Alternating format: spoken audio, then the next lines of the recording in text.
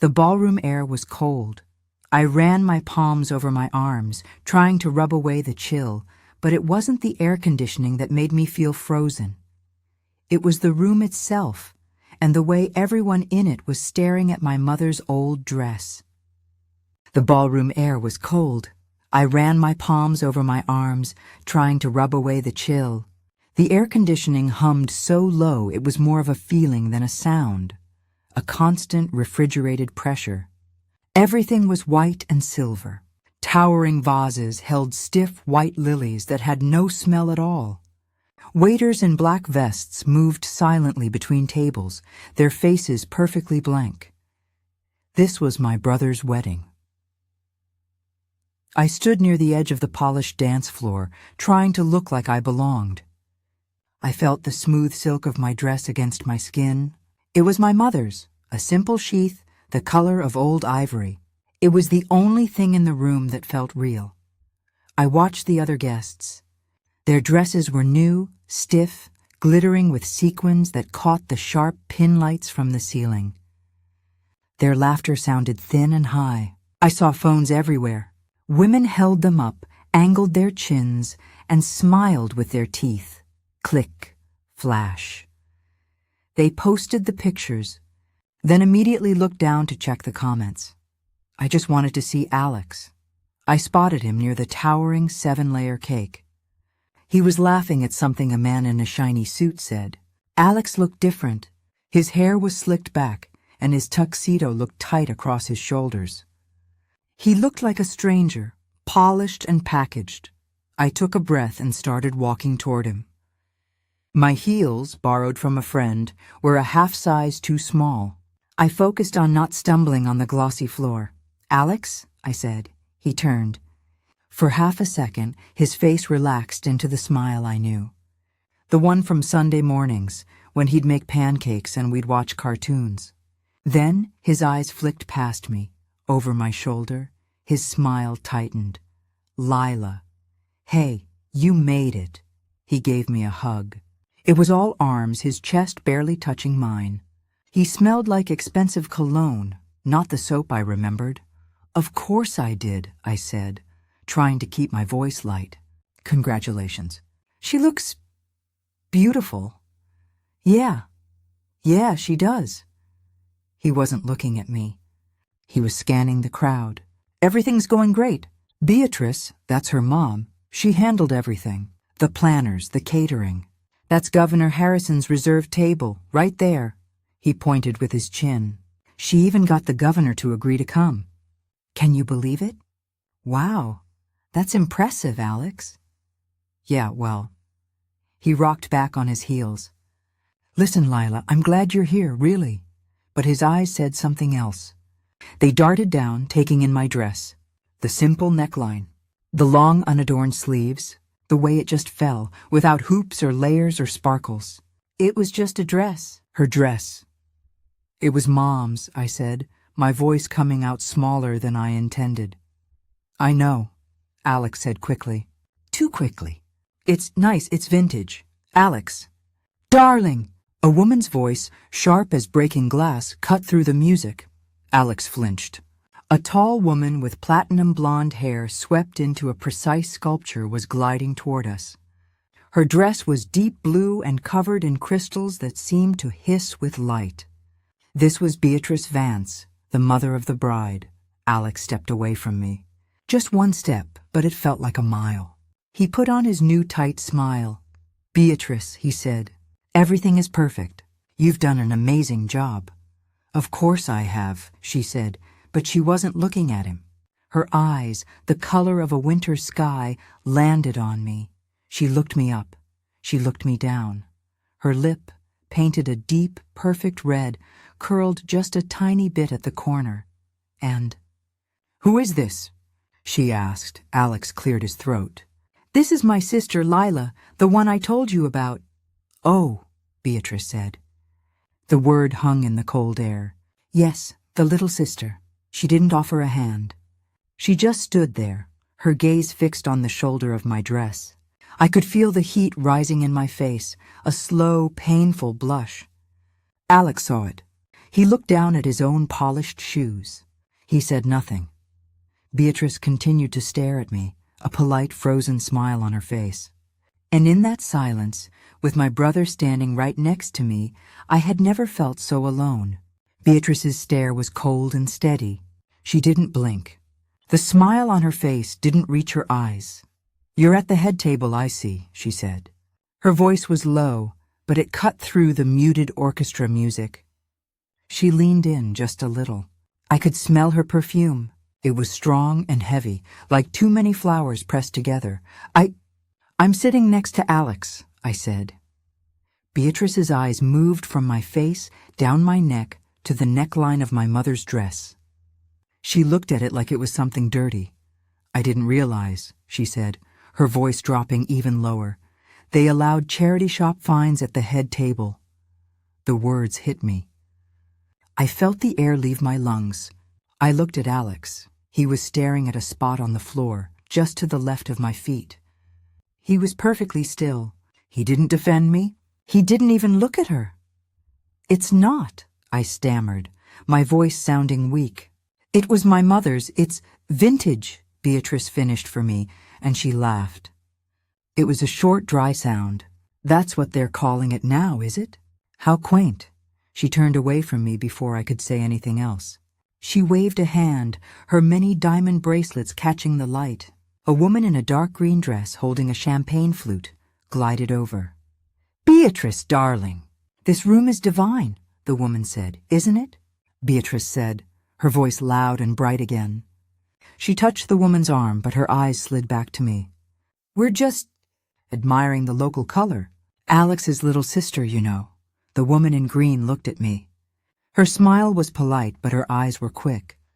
They did the same thing Beatrice's did. Face, dress, shoes, face. Beatrice leaned in as if sharing a secret. "She's practically in rags. Can you believe it? Some people are just classless." My whole body felt hot. I could feel the blood rushing to my face, my ears, my neck. The room was cold, but I was burning. "Beatrice," the other woman whispered, but she was smiling. "You're terrible." "It's just embarrassing," Beatrice went on, her voice carrying. "So embarrassing for my daughter. On her big day, I saw them then. Not just the woman in green, but others nearby. They had stopped talking. They were watching." A man standing behind Beatrice adjusted his tie, his gaze fixed on me. A young woman sitting at the table closest to us had her phone resting on her lap, but it was angled up. The small, dark circle of the camera lens was pointed right at me. I wanted to move. I wanted to run. I wanted to tell them the dress was silk, that my mother had bought it in Paris, that it was the most valuable thing I owned. But my feet were glued to the floor. My throat was tight. I looked at Alex. I willed him to look at me. To say something. To say stop. To say that's my sister. To say that was our mother's. He took a small, sharp breath. Then he turned his back to me. He put his hand on Beatrice's arm. "Beatrice," he said, his voice smooth and false. "Did you see the ice sculpture? It's incredible. You have to show me who carved it." He didn't look back. "Not once." Beatrice laughed, a full, triumphant sound this time. "Of course, darling. Right this way." She looped her arm through his. Together, they walked away from me, toward the center of the room. They were a perfect, shining pair. The woman in green gave me one last look. It wasn't kind. Then she too turned and followed them. The music swelled up, filling the space they had left. I stood alone. The guests who had been watching quickly looked away, back to their drinks, back to their phones. Their quiet laughter and conversation rushed back in. I was invisible again. Or worse, I was the joke they had all just heard. I stood there in my mother's dress and felt the shame, hot and heavy, settle over me. I walked away from the dance floor. My heels made small, sharp clicks on the polished wood, but the sound was swallowed by the music. I found a small alcove near the service doors, partly hidden by a large, potted fern. It was darker here, quieter. I leaned against the wall. the coolness of the plaster seeping through the thin silk of my dress. My face still felt hot. I could feel my hands shaking, just slightly. I pressed my palms together, digging my nails into my skin. I looked down at the dress. The ivory silk. I touched the sleeve, feeling the smooth, tight weave of the fabric. My mother had loved this dress. "Substance, Lila," she used to tell me, tapping her pen against a thick book. "Not style. Style is an opinion. Substance is a fact." She was a brilliant academic. She valued ideas, arguments, and the truth. She wore simple blouses and clean pressed trousers. She found parties like this one wasteful. "All that effort," she'd say, "just to prove you have effort to waste." She was the one who introduced me to Governor Harrison. It was at a university fundraiser. A stuffy dinner in a library, not a cold ballroom. I was 9 years old. I was hiding under a table, reading a book on constitutional law I'd taken from a shelf. He hadn't been governor then. He was just a colleague of my mother's, a visiting lecturer. He crouched down, his knees popping, and looked under the table. He didn't tell me to come out. He just asked, "What's your opinion on Article 5? I told him. He listened. He really listened. For 10 years he had been my mentor. He sent me books. I sent him research briefs. He was the only person who had ever called me Professor. My thoughts were cut short by Beatrice's voice. It was loud again, full of performance. "He'll be here any minute," she was saying. I peeked around the fern.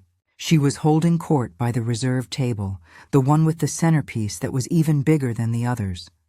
The governor, of course. He's my personal guest, really. A dear, dear friend. A few of the guests looked impressed. They nodded, their eyes wide. Beatrice laughed, a practiced, tinkling sound. "I just hope nothing distasteful happens before he arrives." Her eyes scanned the room, and they found me. They passed right over me, then snapped back. Her smile vanished. Her face hardened. I watched her wave a sharp, impatient hand at Alex, who was standing near the bride's table. "Alex, now!" He walked over to her, his head down. He looked like a child being called to the principal's office. Beatrice leaned in, her body stiff with anger. Her voice was a low hiss, but I could see the shape of the words on her red lips. She was pointing right at me. Embarrassment. "Hide in the back. Before he arrives." She wanted Alex to handle me, to make his classless sister disappear. I held my breath. I watched my brother. This was it. This was the moment. He could walk over. He could tell her no. He could come and stand with me. Alex looked at me, his eyes wide and empty. His face was pale. I could see the sweat on his forehead, even from across the room. He gave Beatrice a short, jerky nod. Then he turned, but he didn't walk toward me. He walked in the opposite direction, a fast, clipped stride. He went straight to the open bar, pushed past 2 guests, and ordered a drink. He didn't look back. He couldn't even tell me to hide himself. He ran. The final string of hope I'd been holding on to just snapped. At that exact moment, a new energy moved through the ballroom. The music softened. The chatter died down. People stood up a little straighter, turning their heads toward the main entrance. The large double doors opened. 2 men in identical dark suits stepped inside. They wore clear earpieces. Their eyes moved over the crowd, section by section. They were professionals. Then Governor Harrison walked in. He was just as I remembered. Tall, with thick graying hair, and a face that looked kind but serious. He wore a simple dark suit, no flashy watch, no diamond cufflinks. He just looked real. Beatrice was in motion before he had taken 3 steps. She smoothed the front of her crystal-covered dress. She lifted her own phone, her thumb hovering over the camera button. She cut right in front of the bride's father to get to him first. "Governor!" Her voice was high and sweet, a sound I hadn't heard from her before. "I'm Beatrice Vance, the bride's mother." She held her phone up, angling it for a picture. "We are so honored to have you. The governor stopped. He smiled politely at her, a small professional tilt of his lips. He looked at her phone, then at her face, but his eyes didn't stop there. They were already moving, scanning the room, looking past her. Governor Harrison's eyes scanned the room, passing over the glittering guests, the towering centerpieces, and the 7-layer cake. Beatrice stood frozen, her arm half raised, her phone still angled for a photo that wasn't happening. Her smile was stiff. "A dear friend," she repeated, a little weaker this time. The governor's gaze continued, methodical and searching. I stayed perfectly still in the shadows of the alcove. I didn't want him to see me. I didn't want him to see the girl who was just humiliated by the host, but he found me. His eyes locked onto mine from across the room. The polite, professional mask vanished. His entire face lit up. A real smile, wide and warm, spread across his face. It was a smile of genuine surprise, of real happiness. He wasn't seeing a guest. He was seeing a friend. He took a small, polite step back from Beatrice. "Excuse me, Mrs. Vance," he said. His voice was courteous but final. He didn't wait for her to answer. He turned, his back to her, and started walking. He walked in a perfectly straight line, directly toward me. He passed the bride and groom's table. He passed the gleaming ice sculpture. He passed my brother Alex, who was still standing at the bar, motionless. The room, which had been buzzing with quiet conversation, went completely silent. The orchestra must have still been playing, but I couldn't hear it anymore. The only sound was the firm, confident click of the governor's shoes on the polished floor. One step after another, getting closer, I looked around. Every head in the ballroom was turned. Every guest was watching his slow, deliberate walk. And the phones. They were out. Dozens of them. They were no longer pointed at the bride, or the governor's empty chair, or Beatrice. They were all pointed at me. They were pointed at the girl in the charity shop dress, hiding by the fern. I could see the small red dots, the indicator that they were recording. My humiliation was about to be public. I wanted to shrink, to disappear into the wall. My heart was pounding, a fast, hard drumbeat in my chest. The governor stopped right in front of me. He was tall, and he blocked the light from the ballroom. He didn't seem to notice the fern, or the service door, or the hundreds of people staring. He just looked at me, his eyes full of warmth. "Lila, my dear," he said. His voice was deep, and it carried in the silent room. Everyone heard it. "Dear." I couldn't find my voice. I just stared at him.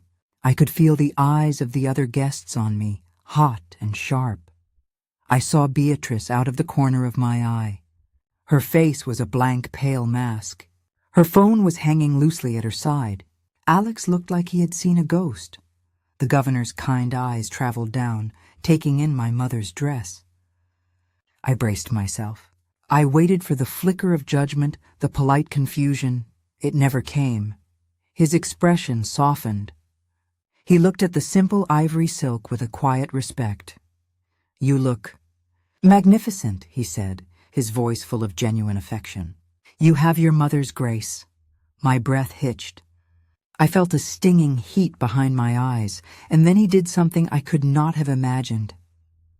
He took my right hand. His hand was warm and dry. He held mine gently, and Governor Harrison, the most powerful man in the state, bent his knee. He was kneeling on the polished floor. My hand was resting in his. The entire ballroom was silent. It was a heavy, suffocating silence, the kind where you can hear the hum of the lights, the click of a phone camera switching from photo to video. Every eye, every lens was on us. Governor Harrison lifted my hand, turned it palm down, and pressed his lips to my knuckles. It was a light, dry touch. A gesture from another time, a gesture of deep respect. He looked up at me, his eyes clear and serious. "I am so sorry I'm late, Professor," he said. His voice was not a whisper. It was a clear, calm statement, and it filled the silence. Professor, the word echoed. I felt a ripple of confusion move through the crowd. I heard a small, sharp gasp from the head table. Professor? Beatrice. Her voice was high and sharp, and it cracked on the word. She had taken 2 steps toward us, her face pale. Her phone, which she had been holding up for a photo, was now hanging limp in her hand. What did you call her? She demanded. The governor rose to his feet in one smooth, fluid motion. He did not let go of my hand. He stood to his full height, tall and solid, and held my hand securely in his. He turned his head slightly to look at her. Beatrice's face was a mask of confusion and anger. She's just a teenager, she stammered. Her eyes were wide, darting from the governor's calm face to mine, and back again. She's 19! She's in that dress. The governor looked at Beatrice. He did not raise his voice. He did not look angry. He just looked steady. Mrs. Vance, he said, I have known this young woman for 10 years. He paused. He let the words settle in the quiet room. He was not just talking to Beatrice. He was talking to everyone. He was talking to the phones that were still recording. He turned his gaze back to me, a flicker of warmth in his eyes, but he kept speaking for the room to hear. I call her Professor because that is what she is to me. At 19, Lila is already smarter than my entire legal team. I heard a sound from the crowd. A soft thump. Someone had dropped their champagne flute on the thick carpet. Beatrice just stared. Her mouth was open. She looked from me to the governor. She was trying to make it make sense. Her mother, the governor continued, his voice gaining a quiet power, was my mentor at the university. She taught me everything I know about ethical governance. He gave my hand a gentle, reassuring squeeze. And now, he said, turning his head to look directly at Beatrice, his eyes clear and unblinking. Lila is mine. The words hung in the air. Lila is mine. It was not a claim of ownership. It was a statement of protection. A fact. Beatrice flinched, a small, jerky movement of her head. She looked at me, her eyes filled with a new, frantic light. The mockery was gone. It was replaced by a dawning, terrible understanding. I looked past her, across the ballroom. I saw Alex. He was still at the bar, but he was gripping the polished wood edge. His knuckles were white. He was staring at us, his face ashen, his mouth slightly open. He looked like he was going to be sick. Beatrice finally found her voice. It was a thin, reedy whisper. I don't understand. The governor turned his attention back to me, his expression softening. He gave me a small smile, as if we were the only 2 people there. In fact, Professor, he said, his voice casual now, but it still carried in the silent room. That brief on the new education bill? The one you sent me last night? I just nodded. I couldn't speak. The file I had emailed at 2 a.m, my eyes burning from the screen. It was flawless, he said. He turned his gaze back to the stunned, silent crowd. Completely flawless. She found a critical error in subsection 4 that my entire staff missed for 6 weeks. He looked right at Beatrice. Her face was blank with shock. You just saved the state budget, Lila. You just saved the state budget, Lila. The words settled into the silent ballroom. No one moved. No one spoke. The only sound was the faint tinny music from a waiter's speaker at the service station. The orchestra had stopped playing. I looked at Beatrice. Her face was white. The mask of horror from the plan was real. Her eyes were wide and blank. Her perfect red lipstick looked garish and wrong. She wasn't just embarrassed. She was ruined. The guests, her wealthy friends, were all staring at her. Their phones were still up, but they were pointed at Beatrice now. They were recording her humiliation. I heard a low whisper from a woman near the head table. He called her Professor. 10 years, his mentor. Beatrice heard it too. She flinched. She looked around, desperate, as if searching for someone to defend her, but everyone just stared. The power she had held over this room, the power of money and status, was gone. The governor had taken it away with a few quiet sentences. I looked, across the room one last time, past the stunned faces, to the bar. Alex was still there. He was no longer gripping the edge. His shoulders were slumped. He was staring down into his drink. He looked up, his eyes finally meeting mine across the empty dance floor. His face was pale. He was filled with a deep, terrible shame. I could see it. He knew what he had done. He knew what he had failed to do. He looked away. He turned his back to me for the second time that night, hunching over his glass. It was final. The brother I knew was gone. A warm hand touched my arm. I turned. Governor Harrison was smiling at me. He had ignored the entire silent drama. He didn't look at Beatrice. He didn't look at Alex. He only looked at me. "Now," he said, his voice a normal, kind volume. "Shall we get out of here?" He held out his arm, his elbow bent, offering it to me.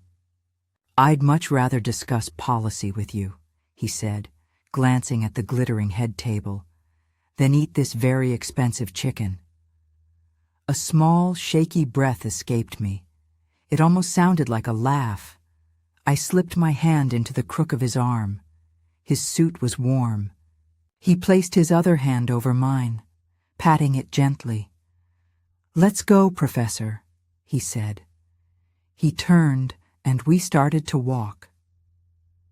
We walked away from the alcove, across the edge of the empty dance floor. We walked past the head table. I could feel Beatrice's eyes on me, hot and hateful, but I did not look at her. The crowd of wealthy guests parted for us. They pulled their chairs in. They stepped back. They held their phones low, but they were still recording. They watched us with a new, strange respect. They were silent. We walked past the 7-layer cake. We walked past the towering, scentless lilies. As we reached the great double doors, the 2 security men in dark suits opened them from the outside. A rush of normal, outside air, warm and real, came into the cold room. I paused at the threshold. I could feel the governor's steady presence beside me, his hand still covering mine. I took one last look back. The room was full of silent, staring people, all frozen in a perfect, expensive picture of shock. Alex still had his back to me. I turned away from the ballroom. I faced the hallway and I walked out. The heavy ballroom doors clicked shut behind us. The sound was soft but final. The cold, pressurized air of the reception was gone. The hallway was quiet and carpeted. The lighting was warm and yellow. The silence was immediate and thick. All I could hear was the sound of my own breathing and the quiet footsteps of the governor beside me. His security men were a few paces ahead and a few paces behind. They moved without a sound. We walked to the elevator bank. The governor pressed the button. He looked at me, his expression kind. "You handled yourself with a great deal of dignity in there, Lila." "I didn't do anything," I said, my voice quiet. "I just stood there." "Sometimes," he said, "that's the hardest thing to do." The elevator arrived with a soft ding. The doors opened. We stepped inside. The security men filled the car, standing at ease, their eyes forward. The doors closed, and we began to drop. In the mirrored wall of the elevator, I saw my reflection. I saw a 19-year-old girl in a simple, old-fashioned dress. Her face was pale, and her eyes looked tired. She was standing next to the governor. The humiliation from the ballroom was still there. I could feel it, a cold, heavy ache in my chest. What Beatrice did, what Alex didn't do, that was real. It had happened. The governor's arrival didn't erase that. It didn't change the fact that my brother had chosen a new shiny family over me. He had let them call our mother's memory classless. The elevator doors opened to the lobby. It was mostly empty. A few people looked up from their phones as we walked past, their eyes widening when they recognized the governor, but his security detail was a quiet, effective wall. No one approached us. We passed through the revolving glass doors. The night air of the city hit my face. It was warm, and it smelled like car exhaust and damp pavement. It smelled real.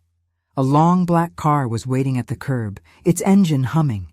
One of the security men opened the back door. The governor placed his hand on the small of my back, guiding me gently. "After you, Professor." I ducked my head and slid onto the cool leather seat. He got in beside me.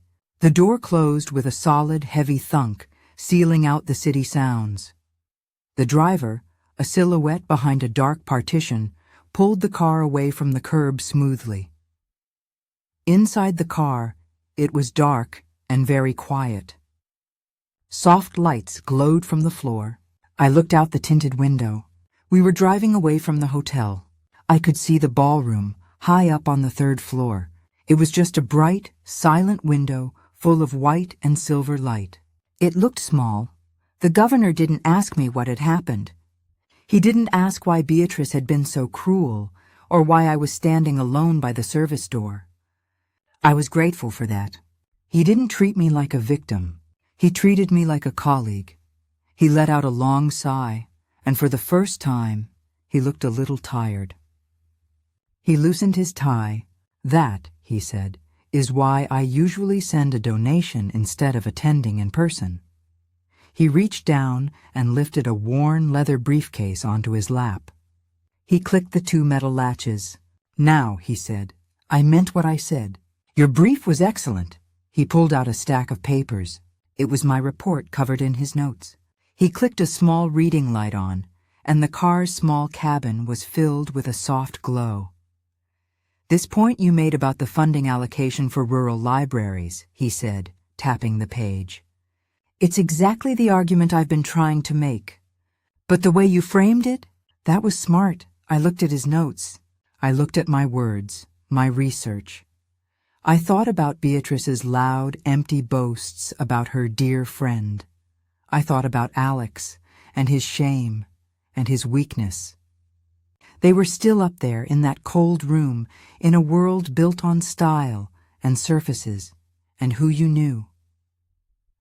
My mother had built her world on substance, on facts, on books and ideas and work that mattered. I hadn't won anything tonight. There was no revenge. I hadn't struck back. I had just been seen. I was seen for who I actually was. I ran my hand over the smooth silk of my mother's dress. It wasn't charity shop. It wasn't classless. It was just real. "Professor?" the governor asked, looking at me over the top of his glasses. "Are you with me?" I took a deep breath. I let it out slowly. The ache in my chest was still there. It would be there for a long time. But it wasn't the only thing I felt. "I am," I said. My voice was steady. "I was just thinking. I believe there's a second flaw in that bill. It's on page 12. I leaned forward into the light and turned the page.